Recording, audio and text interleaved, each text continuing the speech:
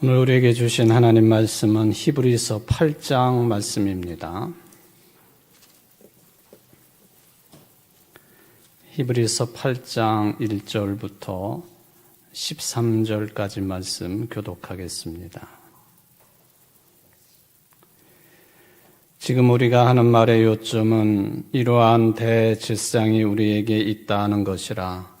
그는 하늘에서 지극히 크신 이의 보호자 우편에 앉으셨으니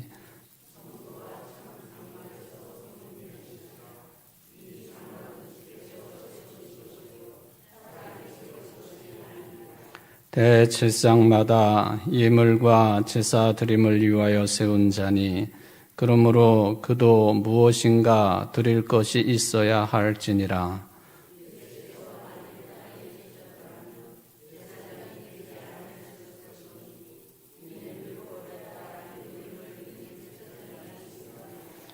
그들이 섬기는 것은 하늘에 있는 것의 모형과 그림자라. 모세가 장막을 지으려 할 때에 지시하심을 얻음과 같으니 이르시되 삼가 모든 것을 산에서 내게 보이던 본을 따라 지으라 하셨느니라.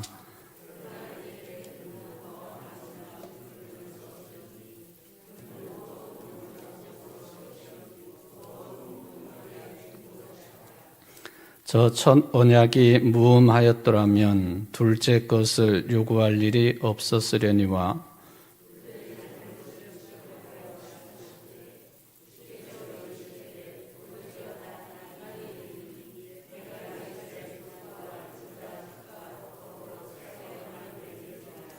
또 주께서 이르시기를 이 언약은 내가 그들의 열조의 손을 잡고 애굽 땅에서 인도하여 내던 날에 그들과 맺은 언약과 같지 아니하도다. 그들은 내 언약 안에 머물러 있지 아니하므로 내가 그들을 돌보지 아니하였노라.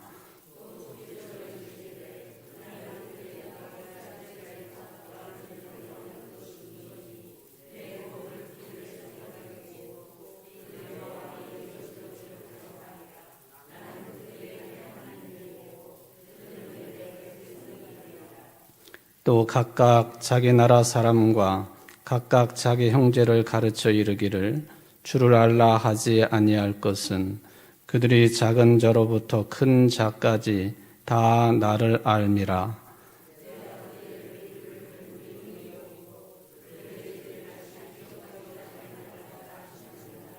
새 언약이라 말씀하셨음에 첫 것은 낡아지게 하신 것이니 낡아지고 쇠하는 것은 없어져 가는 것이니라.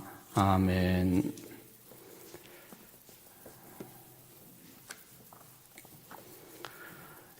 이제 오늘부터 히브리서 8장 말씀을 살펴보도록 하겠습니다.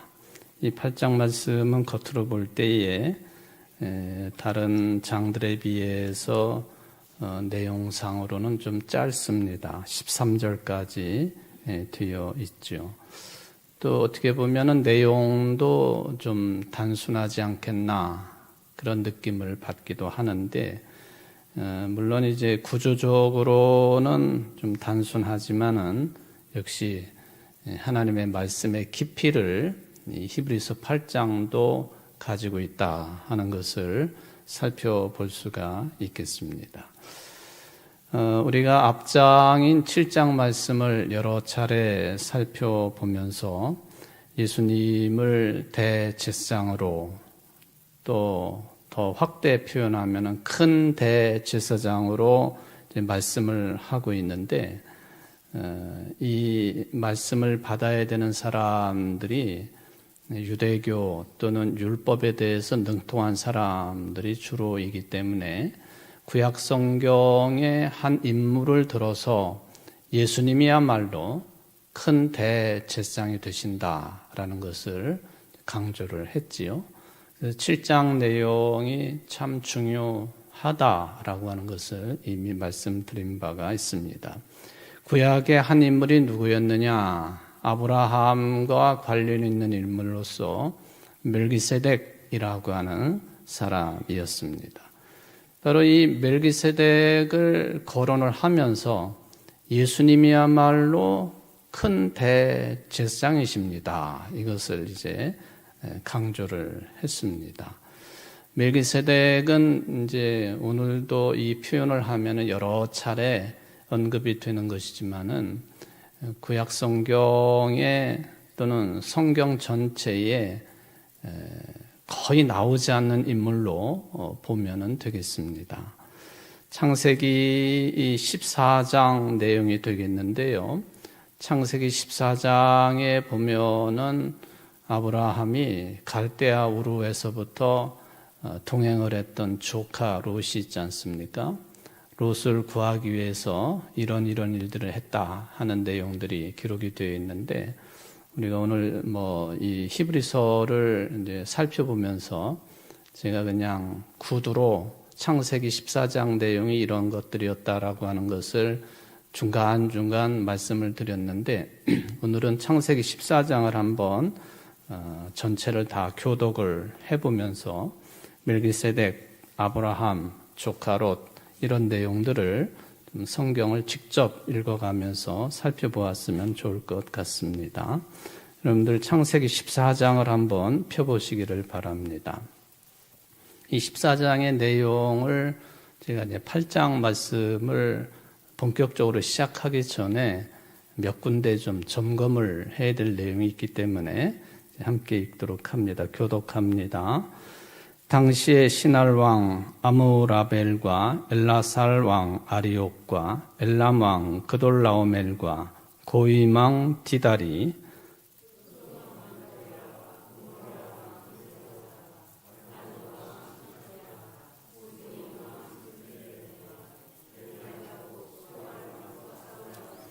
이들이 다 시딤 골짜기 곧 지금의 염회에 모였더라.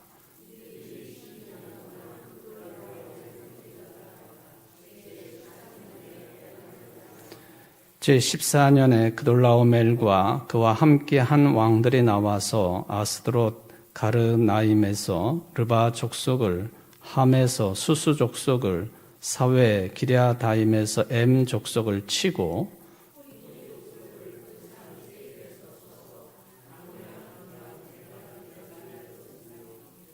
그들이 돌이켜 엔미스밧 곧 가데스 이르러 아멜렉 족속의 온 땅과 하사돈 다말에 사는 아모리 족속을 친지라.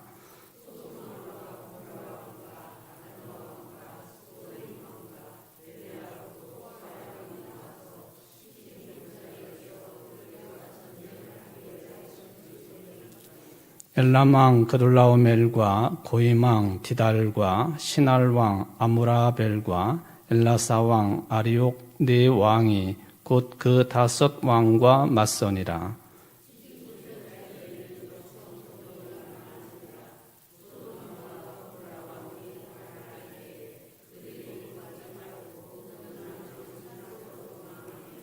네 왕이 소돔과 고모라의 모든 재물과 양식을 빼앗아가고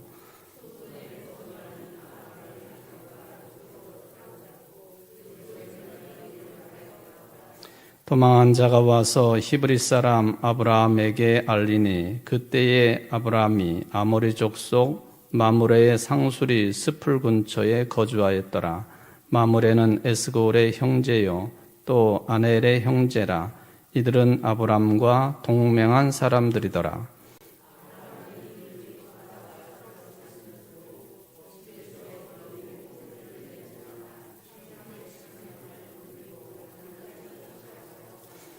그와 그의 가신들이 나뉘어 밤에 그들을 쳐부수고 다메섹 왼편 호박까지 쫓아가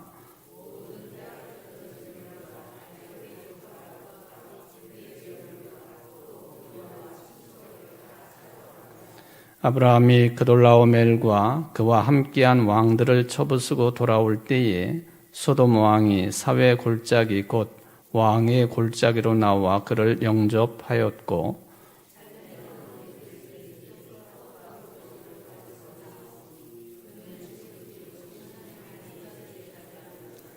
그가 아브라함에게 축복하여 이르되 천지의 주제이시오 지극히 높으신 하나님이여 아브라함에게 복을 주옵소서.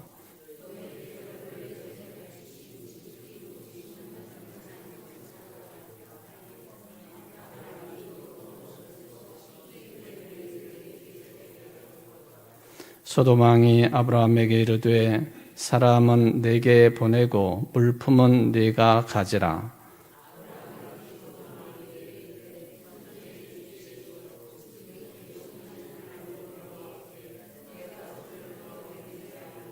네 말이 내가 아브라함으로 치부하게 하였다 할까 하여 내게 속한 것은 실 한 오락이나 들매끈 한 가닥도 내가 가지지 아니하리라.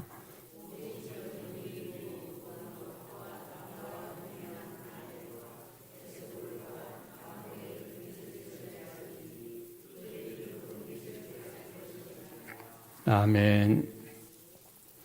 자, 이게 창세기 14장 멜기세덱이라고 하는 사람의 이름이 처음으로 등장한 그런 기록이 되겠습니다. 일단 14장을 보시면은 이게 말하자면은 나라라고 할 수도 있겠고요. 또는 부족 단위의 어떤 공동체 또는 씨족 단위의 공동체, 지금처럼 한 국가 체제나 나라의 체제까지는 아니더라도 그 여러 왕들이 등장을 하고 또 어느 지역을 통치했던 왕들이냐, 그 왕의 이름은 뭐냐 하는 것들이 복잡하게 나와 있습니다. 이것을 우리가 다 외우지는 못합니다. 그런데 이제 지역적으로 보면은 염해라고 하는 지역이 나오거든요. 염해. 이게 지금으로 말하면 사해란 말이죠. 사해. 저 갈릴리 호수에서 갈릴리 호수 이전보다도 지금 레바논의 헐몬산에서 헤르몬산에서 만년설이 녹아가지고 그 물이 이스라엘 쪽으로 골란 고원을 거쳐서 흘러내려오는데 그것이 조그만 못을 하나 거치고 그리고는 이제 요단강이 이루어지잖아요. 그래서 그게 갈릴리 호수를 이루게 되고 그 갈릴리 호수는 어디로 또 흘러가느냐 하면은 사해, 염해, 그러니까 소금 바다라고 불리우는 그곳으로 흘러 들어가고 더 이상 흘러가지를 못합니다. 해수면에서 굉장히 낮은 곳으로 흘러 들어가니까 염도가 굉장히 높은 그런 죽은 바다로 되어 있죠. 그래서 우리는 사해라 부르기도 하고 여기는 성경에 보면 염해라 그렇게 되어 있습니다. 그러니까 염해 그러면 오늘 14장에서 나오는 것처럼 소돔과 고모라는 당연히 언급이 되는 지역이고요. 그 외에도 여러 지역들이 언급이 되고 이 사해를 주변으로 어떤 부족 단위들이 존재했었느냐 많은 언급이 되어 있는 것을 확인을 할 수가 있겠습니다. 그리고 이제 멜기세덱까지 이야기를 하면은 멜기세덱은 살렘의 왕이라 그렇게 했으니 살렘이라 하면 옛날에 예루살렘을 이제 지칭하는 지역이지 않습니까? 그러니까 사해 주변 그리고 예루살렘.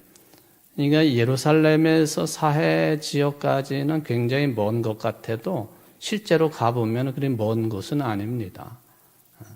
그러니까 이게 사해를 중심으로 해가지고 그 주변에 진을 치고 있었던 여러 부족들이 존재했다. 그렇게 이제 판단할 수가 있겠습니다. 근데 이게 서로 연합군을 형성해가지고 서로 전쟁을 벌이고 지기도 하고 이기기도 하고 그러는 중에 아브라함의 조카 롯이 말하자면은 사로잡혀 갔다는 거예요. 조카 롯이 어디에 거주했었느냐 하면은 소돔 12절에 보면은 소돔에 거주하는 아브라함의 조카 롯도 사로잡고 그래서 이 롯과 관련되어 있는 그 이야기가 롯의 부인이 그 재산이나 이런 것들이 그냥 두고 가기가 참 아까우니까 뒤를 돌아다 보다가 소금 기둥이 됐다. 그런 이야기의 배경 아닙니까? 소돔 땅에 이 아브라함의 조카 롯이 거하게 되었다. 롯이 그곳에 거하게 된 것은 삼촌인 작은아버지인 아브라함이 양보를 해가지고 모든 물산이 풍성한 땅을 롯이 먼저 차지를 한 것 아닙니까? 소돔과 고모라 지역은 옛날에 사람도 많이 살고 또 물산도 많이 생산이 되는 그런 푸른 초지도 많았던 곳이다라고 생각해 볼 수 있겠습니다. 아브라함은 그 외 지역을 선택을 해서 이제 말하자면은 그 부자가 되었다 하는 게 이제 이전의 배경으로 나와 있습니다. 어쨌든 소돔 땅에 거하고 있던 롯이 전쟁 포로로 이제 끌려간 것에 대해서 아브라함은 끝까지 조카의 생명을 보존하고 구하는 일에 집중을 하게 되었다 하는 그런 이야기입니다. 그래서 여기 이제 히브리 사람 아브라함에게 도망갔던 사람이 와가지고는 여기 아모리 족속 마므레 상술이 이제 그 근처에 거주하고 있던 이 아브라함에게 말하자면 그 상황을 보고를 한 거예요. 그러니까 이 아브라함이 그런 이야기를 듣고는 어떤 조처를 취했느냐 하면은 14절에 집에서 길리고 훈련된 자 318명을 거느리고 단까지 쫓아갔다. 단까지 쫓아갔다 그렇게 되어 있습니다. 여러분들 옛날에 그 이스라엘의 남북의 길이를 재려면은 어떻게 그 지명을 어디부터 어디까지로 이야기하느냐면 저 북쪽의 단에서부터 남쪽의 브엘세바까지 이게 이스라엘의 남북의 길이로 보통 이야기를 합니다. 그러니까 아브라함이 조카 롯을 구하기 위해서 저 북쪽까지 갔다는 거예요. 텔단, 성지순례 다녀오셨던 분들 중에 저 위쪽에 물이 콸콸콸 쏟아져 내리던 그쪽이 단 지역입니다. 단 지역. 꽤 높은 지역까지 쫓아가가지고 조카 롯을 구해왔다 하는 그 이야기가 되겠습니다. 여기 보면은 아브라함이 지금 보면은 아모리 족속 마므레 상수리 숲을 근처에 거주했다. 마므리 상수리 나무 이것은 아브라함과 관련되어 있는 중요한 지명이지요. 거기서 거주하고 있다가 소돔 땅에 있던 조카 롯이 전쟁 포로로 끌려갔고 318명의 사병을 이끌고 단까지 쫓아 올라가 가지고 조카 롯을 구해왔다 하는 그 이야기입니다. 여러분들 여기 318명의 사병 조직을 가지고 있었다 하는 이야기는 보통 문제가 아닙니다. 보통 문제가 아니에요. 특히 조선시대 때에 보면은 그 왕족들 가운데에 사병을 거느리고 있었던 사람들이 꽤 있었죠. 그 중에 어떤 사람들은 자기 개인의 병사들을 통해서 쿠데타를 일으키려고 했던 사람들도 있고요. 그리고 어떤 세워져 있는 왕명에 거역을 하는 그런 경우에는 이제 삼족이 멸해지고 하는 그런 역사를 우리가 보게 되지만 그런 조선시대 때 사병하고는 좀 개념이 다르긴 하죠. 어쨌든 아주 구체적으로 318명의 사병을 아브라함이 소유하고 있었다는 거예요. 그러니까 전쟁을 수행할 수 있는 사람 318명.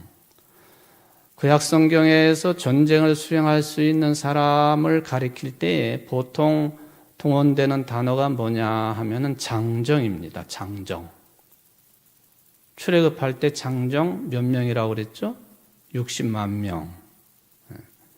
장정 60만 명이라고 하는 개념은 이미 결혼을 한 사람이고 부인이 있고 평균적으로 자식 둘을 두었을 경우 그렇게 보통 따집니다. 숫자를 헤아릴 때.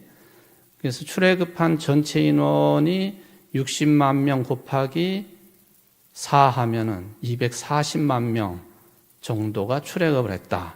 그렇게 이야기를 하는 이유가 근거가 거기에 있습니다. 어쨌든 장정 318명을 거느리고 있었는데 그들은 전쟁까지 수행할 수 있었던 능력자들이었다 하는 것을 확인해 볼 수 있습니다. 그래서 장정의 개념을 출애굽 숫자하고 그렇게 곱해서 따져보면은요, 아브라함이 거느리고 있었던 어떤 가족 수라고 할까요? 또는 그게 가솔이라고 보통 이야기를 하는데, 가솔 숫자가 거느리고 있는 사람들의 숫자가 318명 곱하기 4 해버리면은 1200명에 1500명 사이에 식소를 거느리고 있었다. 그러니까 아브라함이 보통 부자가 아니었단 얘기예요. 이제 318명이 단순한 그냥 전쟁을 할 수 있는 사람의 숫자로만 평가되지 아니하고 아브라함이 거부였었다라고 하는 것을 드러내주는 그런 숫자가 되겠습니다. 물론 이제 우리가 기드온의 용사 300명, 그것도 우리가 기억하고 있는 숫자인데요. 그 비슷한 숫자이지요. 그러니까 적은 수요를 가지고 많은 대군을, 이때 당시에 주변에 흩어져 있는 수많은 그런 부족 단위의 그런 공동체들이 존재하고 있었고, 거긴 뚜렷하게 최고의 통치자로서 왕들이 다 이름들이 거명이 되고 있었는데, 전쟁이 잦았다. 그렇게 보시면 됩니다. 근데 318명을 가지고 큰 일을 치렀고, 성공적으로 구출을 해왔고, 그리고 전쟁 노획물도 상당했다. 그렇게 보시면 되겠습니다. 물론 이제 이것을 318명이라고 하는 구체적인 숫자로 읽기도 하겠지만은, 이 아브라함이 거느리고 있는 이 병사들을 어떻게 운영을 했느냐 하는 것도 대승을 거두게 되는 하나의 방법이기도 합니다. 여러분들 그 15절, 창세기 14장 15절을 한번 보십시오.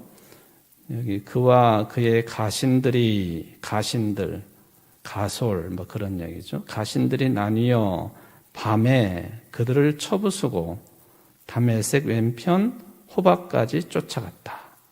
밤에 그들을 쳐부쉈다. 야간 침투를 했다 하는 것이죠. 밤의 전쟁은 낮에 하는 전쟁하고는 또 상당히 다른 차원의 전쟁입니다. 그러니까 밤에 하는 전쟁은 기습입니다. 그러니까 아브라함이 그냥 우리가 생각하는 것처럼 믿음의 조상으로서 앉아서 기도만 하고 그랬었던 사람 같지만은 이런 전술 전략에도 능했던 사람이다. 그렇게 판단이 되어지는 거예요. 밤에 기습을 해가지고 조카를 구해옵니다. 많은 전쟁, 노획물도 가지고 오게 되었다. 또 이제 318명이라고 하는 숫자가 아까 말한 기드온의 300명과 같이 적은 수요를 가지고 그 수많은 사람들 또 군인들과 대적을 한다고 하는 것이 쉬운 일이 아니었을 텐데, 신앙적인 차원에서 어떤 입장 표명을 한다 하면은 하나님의 도움이셨다. 318명 가지고 그런 먼 거리 북방까지 가가지고 전쟁을 수행할 수 있었다고 하는 것은, 이거는 하나님의 돌보심, 인도하심, 이끌어주심, 승리케 하심, 이것이 반드시 이 개념 속에는, 숫자 속에는 들어있다라고 이것은 해석이 되겠죠. 어쨌든 이런 과정 속에서 전쟁이 끝나고 여러 왕들이 다시 17절 이하부터 보면은 등장을 하고 있는데, 17절에 보시면 아브라함이 그돌라오멜과 그와 함께한 왕들을 쳐 부수고 돌아올 때에 소돔 왕이 사회의 골짜기 곧 왕의 골짜기로 나와 그를 영접하였고, 살렘 왕 멜기세덱이 떡과 포도주를 가지고 나왔으니, 여기 이제 멜기세덱이 처음 등장을 합니다. 그러니까 아브라함이 전쟁에서 적은 수요의 사병을 가지고 여기 이제 가신들 또는 가솔들을 데리고 대승을 하게 되니까, 안 그런 왕들도 있었지만은 많은 왕들이 큰 관심을 표하기 시작을 합니다. 그 대표적인 인물이 소돔 왕, 물론 조카가 살고 있었던 지역의 왕이기도 하지요. 그리고 살렘 왕 멜기세덱, 제사장인 멜기세덱도 아브라함을 환영하고 맞이해 주었다 하는 그런 이야기죠. 일반적인 상황입니다. 전쟁에서 크게 승리를 하게 되니까 팔레스틴 땅에 곳곳에 흩어져서 존재하고 있었던 수많은 족속들이 있었는데 그 족속들이 아브라함을 다시 보기 시작하는 거죠. 이 사람 봐라? 이 집안 봐라? 이 족속을 봐라? 이게 보통이 아니네? 그런 거죠.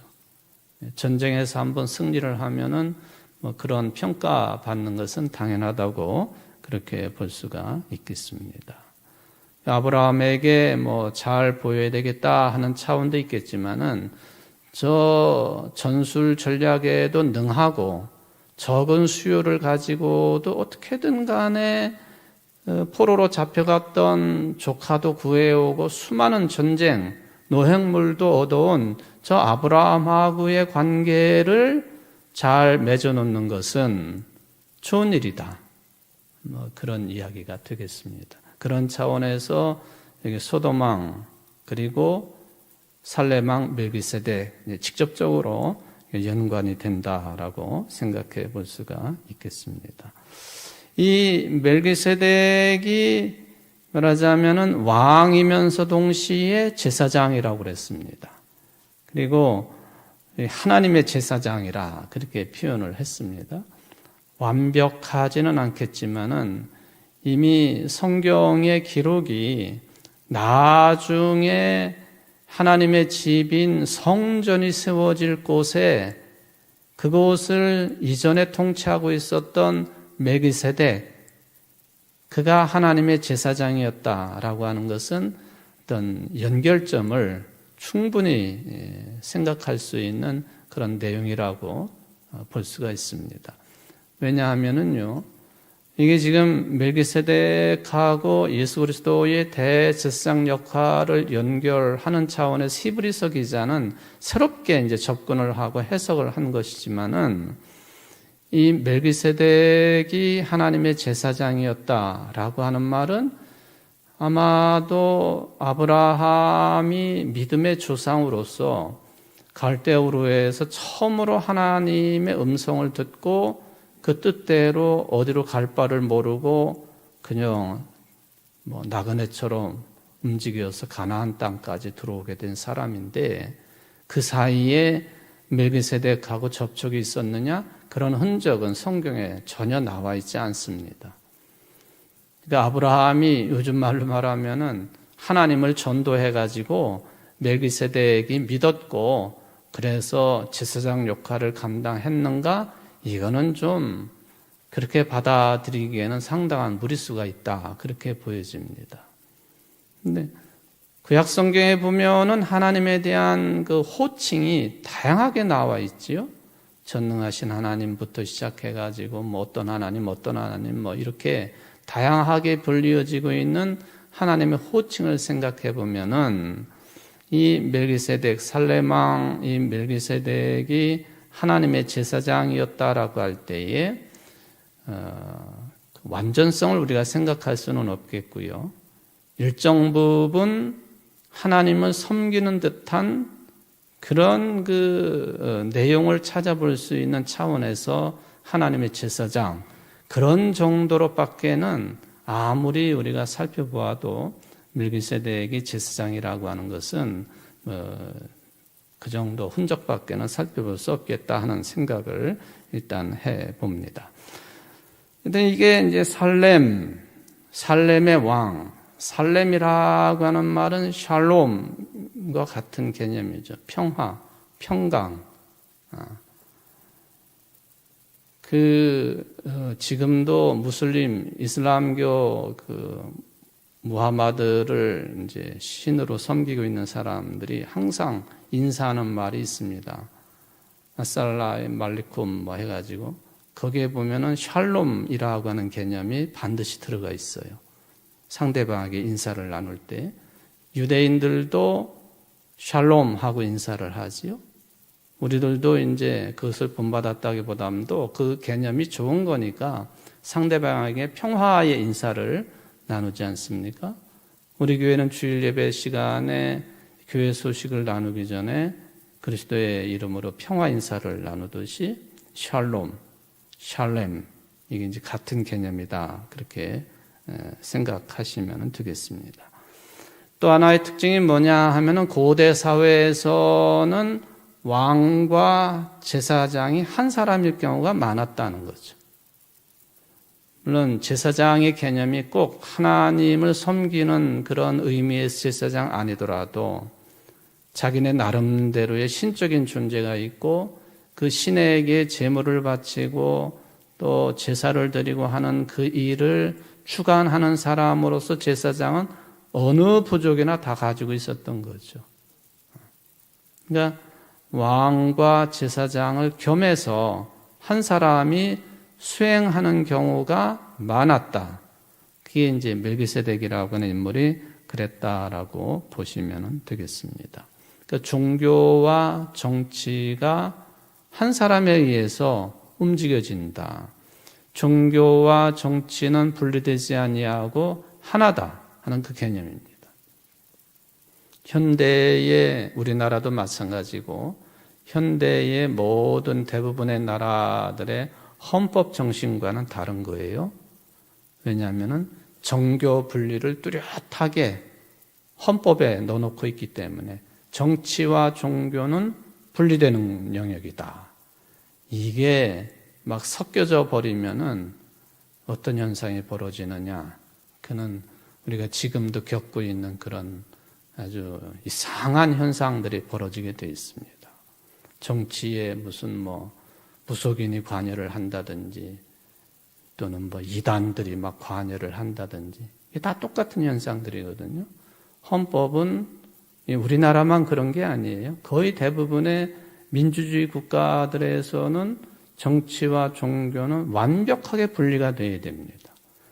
종교가 할 수 있는 일은 잘못된 정치를 할 때 그것을 비판하고 지적하고 정의와 평화의 길로 나가도록 그것을 지적하고 바르게 안내해주는 그런 역할로 끝나는 것이지 직접 나서가지고 무슨 종교인들이 정치를 한다든지 이거는 합당치 않은 모습이지요. 어쨌든 멜기세덱은 종교와 정치를 이 멜기세덱이 딱 쥐고 있었다. 우리가 그걸 이제 흔히 전문적인 용어로 신정 정치라 그렇게도 이야기를 하죠. 신정 정치. 종교와 정치가 하나로 묶여 있는 그런 경우. 지금 이제 신정 정치 언급을 했지만은 지금 이제 어떻게 될지 우리도 참 그 앞날을 알 수가 없어요. 지금 이란이라고 하는 나라가 어떻게 튈지 또 거기에 대해서 이스라엘이나 미국이 또 어떻게 반응을 할지 또는 이스라엘이 어떻게 튈지 거기에 대해서 이란이 어떻게 반응을 할지 이게 지금 잠깐 뉴스를 봐도 이게 모든 물가가 그냥 천정부지로 막 치솟고 있지요. 빨리 전쟁은 끝나야 되는데 이게 인간의 욕심 그리고 자신들의 어떤 사법 리스크를 전쟁을 통해서 어떻게 좀 모면을 해보려고 하는 그런 무모한 지도자들이 이 전쟁을 자꾸 끝내지 못하고 끝내지 못하는 게 아니라 끝내지 않고 질질 끌고 가고 있다 하는 느낌을 지울 수가 없습니다. 이란이 전형적인 신정정치 국가입니다. 지금 이란이 물론 명목상으로는 대통령이 있어요. 대통령 중심제입니다. 대통령이 있어요. 그럼에도 불구하고 대통령은 허수아비라. 우리나라 같으면 전혀 용납이 안 될 그런 내용이죠. 대통령이 만약에 어떤 주변 사람들이 대통령을 허수아비로 만들었다 그러면은 당장 대통령도 끌어내려지는 것이고 그런 짓을 옆에서 한 사람들도 감옥에 가는 것 아닙니까? 이란은 공화국으로서 대통령이 있지만 그러나 실질적인 권한은 그 사람이 가진 게 아니에요. 여러분들이 잘 아시는 것처럼 이란이 1979년에 친서방 또 친미국 정권이었던 팔레비 왕조가 쫓겨나지 않습니까? 저도 기억이 나요. 79년도면은 제가 이제 신학생 시절이니까 뚜렷이 기억을 하죠. 79년 이전까지 이란이라고 하는 나라는요, 무슬림 국가임에도 불구하고 굉장히 개방적인 국가였었습니다. 여성들이 이 머리를 가리고 얼굴을 가리는 차도를 쓰지 않아도 됐었고요. 그리고 여성들이 짧은 치마를 얼마든 입고 길거리를 활보할 수 있었었고요. 그리고 아주 자유분방한 그런 나라였었습니다. 그랬다가 79년도에 왕조의 어떤 부패 타락이죠. 그런 것에 의해서 또 일부 극우적인 종교 세력들에 의해서 팔레비 왕조가 무너지죠. 그리고는 그 유명한 호메이니 옹이 딱 실권을 잡지 않습니까? 호메이니. 수염이 이렇게. 근데 이란의 통치자들은 대부분이 다 수염이 기르니까 그 사람이 그 사람인 것 같은데, 하여튼 이 팔레비 왕조를 무너뜨리고 바로 실권을 쥔 사람이 이제 호메이니용이다라고 하는 것을 우리는 잘 알고 있습니다. 그리고는 그 뒤를 이어가지고 알리 하메네이라고 하는 사람이 37년 동안 일종의 이제 장기 집권을 합니다. 근데 지난번 2월 달에 2월 28일이죠. 미국하고 이스라엘이 그냥 집중 이란의 주요한 인사들이 모여서 회의하는 그 장소를 포격을 해가지고는 수많은 사람들이 죽을 때에 2대 이 신정 통치의 대표자가 거기서 죽었지 않습니까? 죽었어요.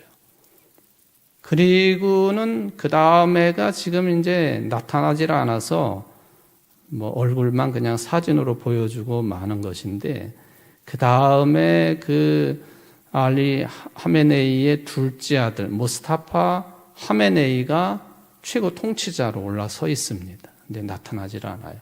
심각한 부상을 그때 입었을 것이다. 그렇게 알려지기만 하지. 그래도 여전히 이 무스타파 하메네이를 대변하는 대변자의 목소리를 통해 가지고 이란이 미국이나 이스라엘에 대해서 어떻게 한다라고 하는 것을 계속 강조하고 발표를 하지 않습니까? 누구도 대신할 수 없는 힘을 가지고 있는 거예요. 누구도 대신할 수 없습니다. 어떤 결정도 그 사람이 하는 거예요. 이게 바로 이제 라흐바르라고 불리고 있는 이란의 최고 지도자, 직위가 됩니다. 옛날에 페르시아 왕국처럼 그런 모습을 가지고 있다라고 생각해 볼 수가 있는 것이죠. 어쨌든 이란이 신정 체제, 신정 정치의 대표적인 국가입니다. 소소하게도 그런 나라들이 있을 수 있겠지만은 큰 나라로서 1억 명이나 되는 인구를 가지고 있는 이란이 종교와 정치를 한 사람이 통합을 해가지고 통치를 하고 있고, 그 사람이 라흐바르 최고 통치자로 실질적으로 실권을 쥐고 있다. 대통령은 허수아비다. 그런 이야기죠. 이제 우리나라 대통령이 또 이제 인도하고 베트남을 방문을 하는데, 여러분들 그 뉴스 보셨을 거예요. 인도를 방문했을 때에 인도 대통령 궁이 어마어마하거든요. 영국 시절에 영국의 총독의 관저, 말하자면 옛날에 우리 중앙청 같은 그런 건물인데 규모가 어마어마해요. 근데 거기서 이제 사열을 하는, 환영을 하는 그런 식을 할 때에 인도의 모디 총리가 있고 우리나라 대통령 부부가 있고, 근데 중간에 여성 한 분이 있는 거 보셨죠? 그분이 누군지를 아세요? 인도의 대통령이에요. 대통령. 인도 여성들의 전통 의상인 사리를 입고 얼굴이 검은색의 여성이, 이렇게 보면 어디 시골 할머니처럼 생긴 분이 이 대통령을 이렇게 안내도 하고, 이 대통령이 그 대통령을 또 이렇게 먼저 가시라고 그러고, 그런 모습. 어떤 사람이 그러더라고요. 아니, 저거 모디 총리 부인 아니냐고. 아니, 인도의 대통령입니다. 인도의 대통령도 이란 대통령이랑 비슷해요. 상징적인 인물입니다. 수상이 모든 정권을 다 가지고 있죠. 물론 인도의 대통령도 국군 통수권자이긴 합니다만은, 암만 그래도 총리가 다 가지고 있는 거예요. 모디 총리. 굉장히 극우적인 사람이고 보수적인 입장을 가지고 있는, 힌두교에 있어서 신봉자. 그러니까 인도에서 모든 선교사들이 다 쫓겨나는, 그 양반이 총리로 있는 동안에 외국의 우리나라 선교사들도 많이 쫓겨났어요. 있지를 못해요. 있게 하지를 않습니다. 그만큼 아주 극우적인 보수적인 입장을 가지고 있는 모디 총리인데, 근데 경제는 1년에 7, 8%씩 막 성장을 하니까 꼼짝도 못하고 그냥 모디 총리 체제로 가는 것 아닙니까? 근데 그 대통령이, 여성 대통령이 인도에서 가장 못 사는 그 주, 비하르주 출신이야. 물론 대학은 나왔지만은요, 비하르주 출신이야. 제일 못 사는 주. 거기다가 이 여성은 부족 출신이에요. 부족 출신. 인도라는 나라가 참 특이한 구조를 가지고 있다. 한때는요, 대통령, 수상, 국회의장, 이 세 삼부 요인이 있는데, 삼부 요인의 종교가 다 달라. 힌두교, 이슬람교, 기독교. 이거는 안배 차원도 될 수가 있겠지만은, 그래서 하여튼 대통령은 그렇게 좀 처진 지역의 사람, 또 부족 사람, 이런 출신들을 대통령으로 간접 선거를 통해 가지고 뽑아가지고 세워놓는, 지금 제가 신정 정치 얘기하다가 별 얘기를 지금 다 드렸는데, 어쨌든 멜기세덱은 신정 정치의 대표자다. 그렇게 보시면 되겠습니다. 왜 이 멜기세덱을 히브리서 기록자가 언급을 했느냐 하는 것에 대해서는 우리가 여러 차례 언급을 했습니다. 히브리서의 말씀은 레위 지파에서만 나오는 제사장, 그게 아니라 레위보다도 레위의 조상인, 그러니까 레위가 야곱의 아들이니까 자기 아버지, 그리고 할아버지 이삭, 그리고 증조 할아버지 아브라함에게 축복을 한 더 근원적인 제사장인 멜기세덱이야말로 레위 지파에서 나오는 제사장보다도 더 뛰어난 제사장이다. 그거 계속 반복하고 있지 않습니까? 그리고 더 나아가서 이 멜기세덱의 반차, 그 극적인 순서에 따라서 레위 지파가 아님에도 불구하고 유다 지파 소속인 예수님이 이 멜기세덱의 반차를 따라 가지고 제사장이 되셨다. 이게 이제 히브리서의 절대적인 논리가 되겠습니다. 이게 이제 1장부터 7장까지, 8장부터 10장 18절까지를 보면은 이 대제사장의 직분이 뭐냐? 예수님께서 큰 대제사장으로서의 직분을 행하시는데 그 직분이 뭐냐에 대한 설명이 오늘 이제 8장부터 10장까지 이어지고 있다. 그렇게 보시면 되겠습니다. 그 어떤 다른 레위 지파의 제사장들이 따라올 수 없는 근원적이고 원천적인 제사장, 탁월성을 가지고 감당하신 예수님이 큰 대제사장이다. 그걸 설명하기 위해서 역시 이제 구약 성경의 몇 군데를 이야기를 하는데 그 중에 이제 시편의 말씀 같은 것을 들어서 설명하고 보충을 해주고 있다라고 하는 것을 생각해 보시면 되겠습니다. 중요한 표현 중에 하나가 레위 지파로 승계되는 제사장 직분이라고 하는 것은 예수 그리스도 큰 대제사장에 비하면 그는 그림자에 불과하다.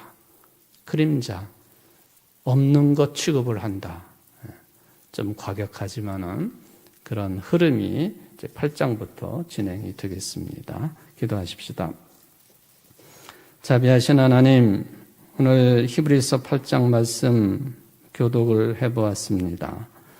그리고 멜기세덱에 관해서 살펴보기 위하여 창세기 14장 말씀도 교독을 해보았습니다. 제 8장부터 큰 대제사장이신 예수님의 그 제사장 직분이 구체적으로 무엇인가에 대해서 공부를 하려고 합니다.